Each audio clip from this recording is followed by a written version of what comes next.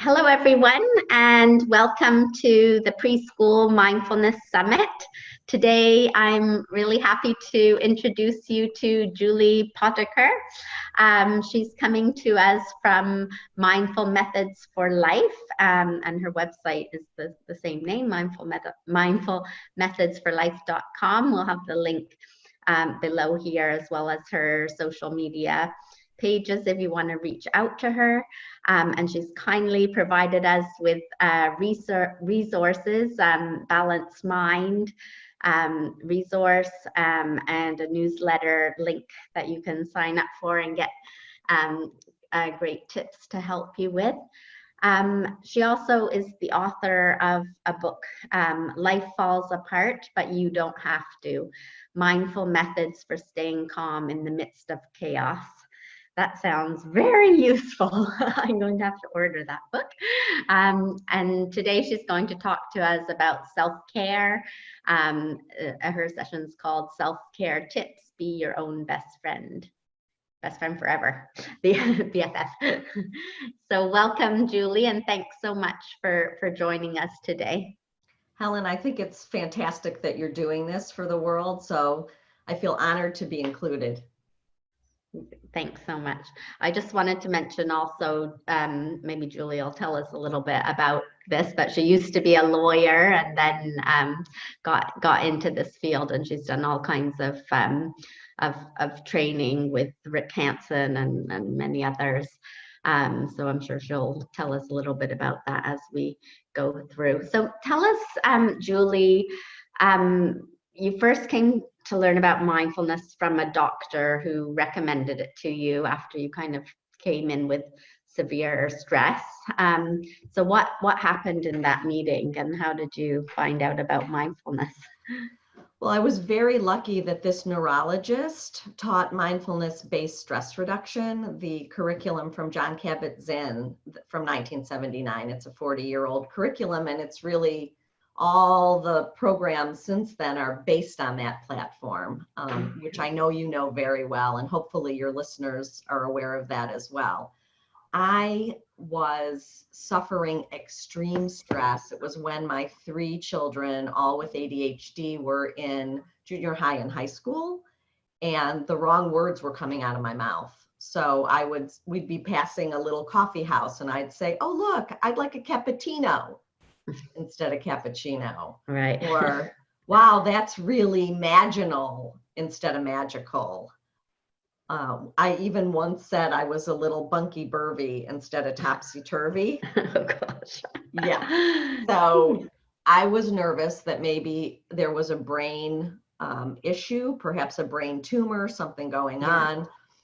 And my parents were aging. My mother was not well right then. So he did the brain scans, of course. And when the brain scans were clear, he did the psychosocial interview, which I like to call psychosocial because I was completely psycho. Yeah. And when he found out what I had going on in my day-to-day life, he said, "You know, what's happening here is your brain is overloaded." And he didn't say too much cortisol, too much adrenaline, which I know now because I'm a teacher of this, and I wouldn't have understood it had he said it. But he said, "Do you know who Jon Kabat-Zinn is?" And I said, "No." "Have you ever heard of mindfulness-based stress reduction?" And I said, "No." And so he said he teaches it, but he was not near my house.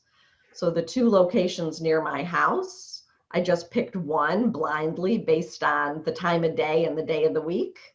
And it happened to be the UCSD, which is University of California, San Diego, mindfulness program. And they had an entire Institute for Mindfulness there, a Center for Mindfulness, which is now huge, but back then it wasn't as big as it is now. And that was my introduction to this entire world. And that was probably in 2007 or 8. So it hasn't been that long, but it's been long enough for me to do a deep dive. Yeah, really, really interesting and so great that your doctor was able to recommend that, because I think in a lot of cases, doctors are still maybe not aware of the benefits or aren't recommending it to patients. So I think you were lucky you had had the right doctor as well. I was really lucky, and it turned into an entire calling or mission for me. Yeah, I mean, yeah, exactly. which Isn't actually that amazing? that didn't really happen, the calling piece, until I became a trained mindful self-compassion teacher. I know you're going to have Kristen Neff on. Yes, yeah. But when I took Kristen Neff and Chris Germer's course in 2010, which was when it was fledgling, and I took it at UCSD Center for Mindfulness, that was the class that was like so healing that I was stunned. Yeah. You know, and then of course Rick Hansen came into my life as a mentor, and that's all she wrote. Yeah. the yeah, I love the Kristen Neff and Chris Grammer's course as well. I found it really you know, life-changing, and recommend it to anyone. So, and we all love Rick Hansen. Actually, I'm talking to him a few minutes after your interview. So Lucky girl, say hello from me. yeah, I will. I will do. So Julie, in your book, you talk about unhooking your parenting.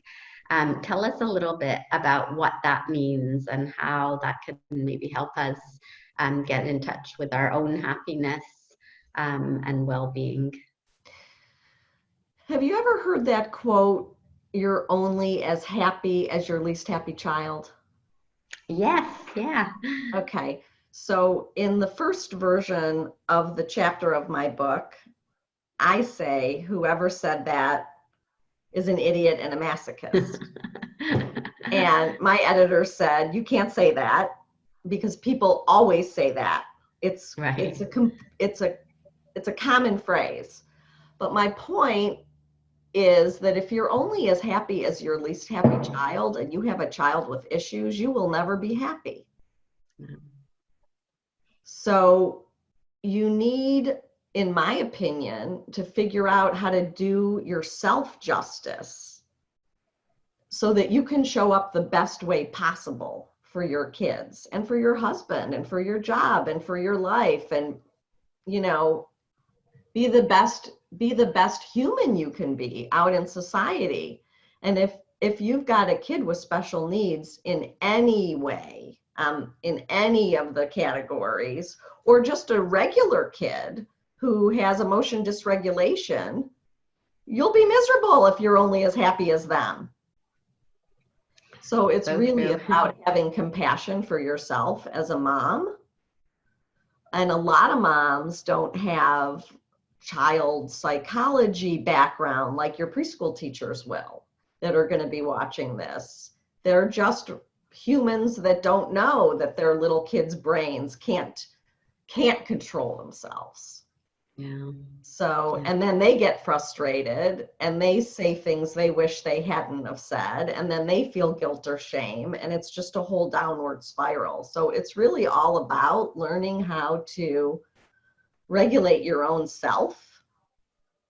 And it's nice to have a little education also on what's going on with your little people in your house, so that you don't have unrealistic expectations and then get disappointed. And you see my hands on my chest. Did you see my hands on my chest? Yes. So soothing touch, probably everybody that you have in this summit is going to talk about soothing or supportive touch. Soothing touch is our way as primates of tapping into our own mammalian caregiver response and down-regulating emotions that feel activating, that make cortisol and adrenaline, like fear or anxiety or worry or sadness or whatever, doesn't feel marvelous, right? So this is a way, I need some endorphins and oxytocin to calm myself down. So I automatically do this. Right. And I teach people other ways to do it so that it's not so obvious, like if they're in the workplace. You know, there's all kinds of ways. You're probably not going to do this in the workplace, but you could probably do this with people not knowing what you were doing, or do this. You know, there's all kinds of ways that we can soothe ourselves with the intention of calming ourselves down and taking a beat. Yeah, for sure. I think I think it's becoming more into the awareness, I guess, but so many teachers and parents, I think they really don't give themselves that self-care, or they maybe think it's selfish, or that they don't have time, or that they're supposed to be focusing 100% on their children. So I'm really glad that you have brought that up. And what would you say to parents or teachers who are saying things like that? Well, the research shows, and you're going to be talking with Kristen Neff, so she's the actual researcher Yeah. that I'm referring to the research from. The research shows that that's not true, that all of the objections to self-compassion, if people think it's going to make them lazy, or it's going to make them weak, or it's going to any kind of bad thing, the research shows that it makes you more competent to do more, to try more, to understand that when you fail, you get up and do it again. I mean, it's all completely positive. And to people that tell me that they don't have time, I tell them that they have 5 minutes. And if they don't have 5 minutes, they have a minute. And I teach them what they can do in that minute. Like, I don't know if you can see, I have a stone around my neck. Okay, yeah. So in the Mindful Self-Compassion curriculum, we pass around stones. Oh, here, this is darker. You'll be able to see this easier. We pass around stones, and people can pick one. And then I recommend that they use it as a tactile object to ground themselves with. So there's all kinds of ways to ground yourself when you feel activated. And sometimes it's your breath. Sometimes for me, it's the soles of my feet, because it's quicker and easier. And I just feel the soles of my feet on the ground. And then are they hot? Are they cold? Are they damp? Are they warm? And it stops the discursive loop of worrying and ruminating. Sometimes it's a stone. And so I wear a stone around my neck. Nice. And I find myself just inadvertently reaching it and rubbing it, you know, like a feeling. The mindfulness piece is noticing that you have the feeling. So you have to teach people to notice that what's going on is in their whole body. It's not just up here. But once they are aware that emotions are arising, then you can respond with compassion to those emotions. Yeah, I love that. I love that you carry it around. It's good to have something. I have a stone in the pocket of my jacket, and you know, just when I happen to touch it, it kind of brings me back.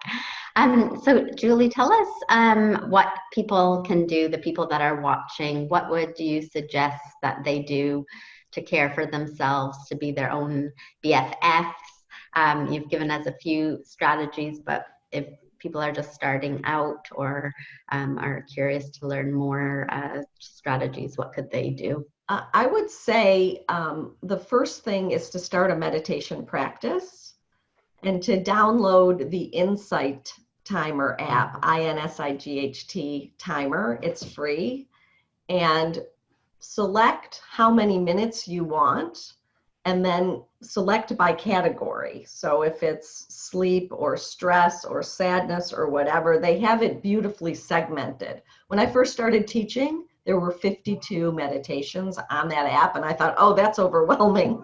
Now there's like 20,000 or 30,000. Yeah, exactly. And it's actually less overwhelming because they have it figured out so well. Yeah, it's a but great app.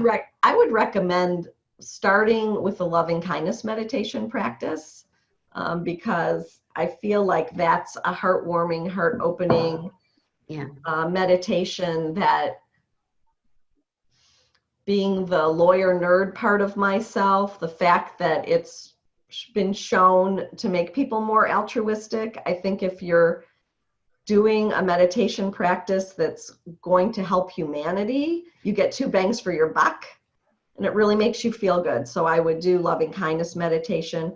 I would start a gratitude practice. It doesn't matter what kind of journal you have, but there's been hundreds and hundreds of studies that have proven the efficacy of a gratitude practice. And I don't like to journal, so I've taken from the Awakening Joy, from the Barazes, the method that they use, because it works for me. So that's how I teach it, which is answer 2 questions every night. What did I enjoy today?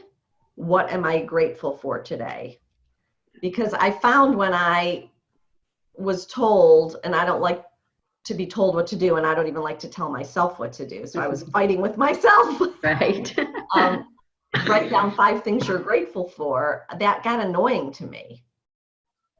But what did I enjoy today, and what am I grateful for today? That's perfect for me. And I found that with my students, it becomes perfect for them. And I actually hand out these little spiral notebooks, but you can do it in any notebook. I had a client that said, I don't need your spiral notebook.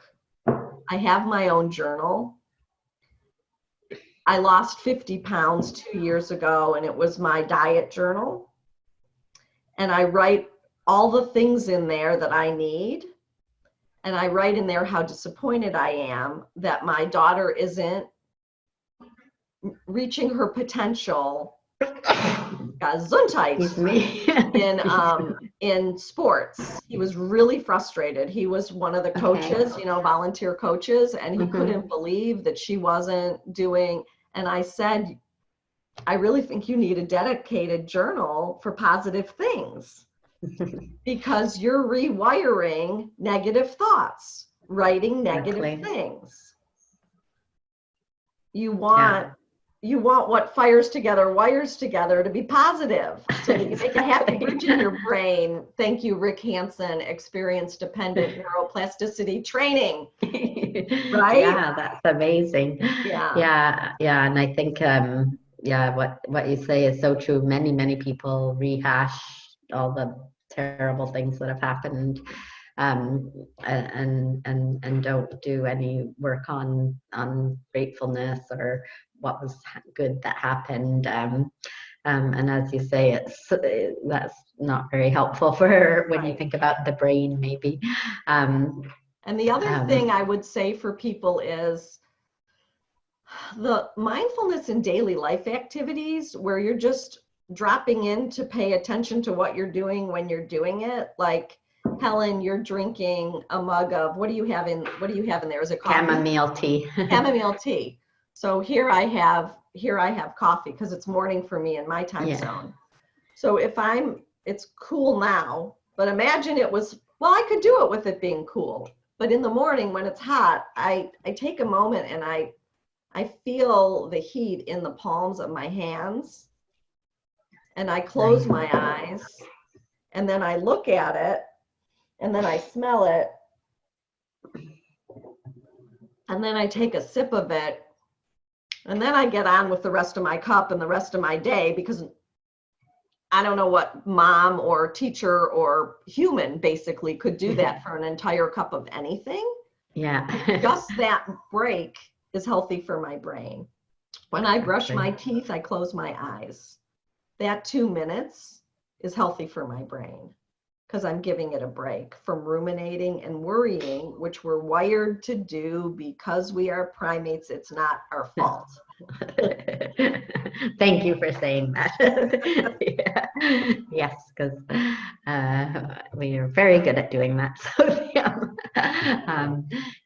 it's great to have these small moments that you can do, and as you said, they literally can take 30 seconds or a minute or 2 minutes. So it doesn't have to be this giant, huge program that you join and and things. So I think that's one of the kind of misconceptions maybe about You know what you just said that made me think of something too, that you can take 30 seconds or a minute. you need even less time to take in a positive mental state. You just have to notice you're having it, right? So you notice that you're feeling, oh, you've just put the baby to bed, and you're looking at him or her, and they're so darling when they're sleeping. And sometimes they're little tushes in the air, and they make like little mouth things. I just remember this from when the kids were little.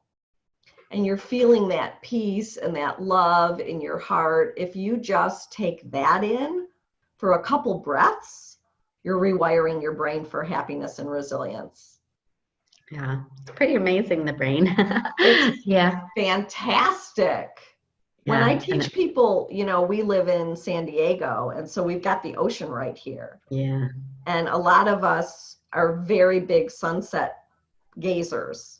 Yeah. And so when I teach people, oh my God, look at that sunset, what's for dinner? No, it's, oh my God, look at that sunset. You just take in the colors for a couple moments, not minutes, but moments. Yeah. You're rewiring a happy bridge. Yeah, so we get beautiful. I'm just looking at one now, beautiful sunset out the window, and yeah, I think it's you know, those of us that live near beaches and have those sunsets. It's something that's a blessing. So, yeah, that, you know, that kind of awe comes out, doesn't it? And you can suddenly feel grateful for so many things. And then you can do triple duty, because you can write that down in your gratitude journal. And then when you're feeling like crap, you can pull it up as a memory and re-experience it and use the same thing again. I mean, if you're crafty on managing your brain science, you can make a happier brain. Yes, that's what we all want. That is what we all want. Yeah, yeah. Well, thank you so much, Julie, for coming on and sharing all these ideas. Is there anything else you'd like to let our audience know before we finish today? Well, so this is a self-compassion piece. I looked at the list of speakers that you had on, and I couldn't understand why I would be included. Because many of them are my teachers. Right. And I felt like a fraud. And I had to give myself compassion, because we all feel this way sometimes. I'm sure some of them even feel this way. Yeah. And then I thought, okay, Helen's doing a 5-day summit. Some people aren't going to afford to buy the thing, and they're only going to be available to tune in when they're available. So maybe they'll get me instead of getting Susan Pollack. Well, hopefully I'll say something she would have said, right? Or Kristen would have said, or Rick would have said, or Dan Siegel. My God, you know, I've been learning from him forever. So that's a common humanity piece and a self-compassion piece. And these are the kinds of things where we're all in this together, and we're trying to do the best we can, and we're trying to make the world a better place. And we just have to say to ourselves, good job. We're show We're up. on the right path. You're on the right path, and there's a lot of people above you reaching their hand down to beckon you up, and there's a lot of people below you that you're reaching your hand down to pull up with you. Exactly. And it's gorgeous. Yeah. And I think, you know, the thing I love about doing the summits is, of course, it's like wonderful to hear from all those people that you just mentioned. Everything that's also equally as great to hear from you know, people that have learned from those teachers and are using it in different ways, and everybody has their own unique way of explaining things. And we have our own, you know, a lot of it's who you resonate with, right? And that's true. We all have our own unique voices. So I think it was really interesting, everything that you shared with us. I'm looking forward to reading your book. And we'll have Julie's book in the link below, and those freebies that we mentioned before, and how to connect with Julie if you'd like to learn more about her and her company. But I just want to say thank you so much for joining us on the summit today. Thank you so much. I look forward to watching the whole summit. Yeah, it's going to be fun. Great, thanks.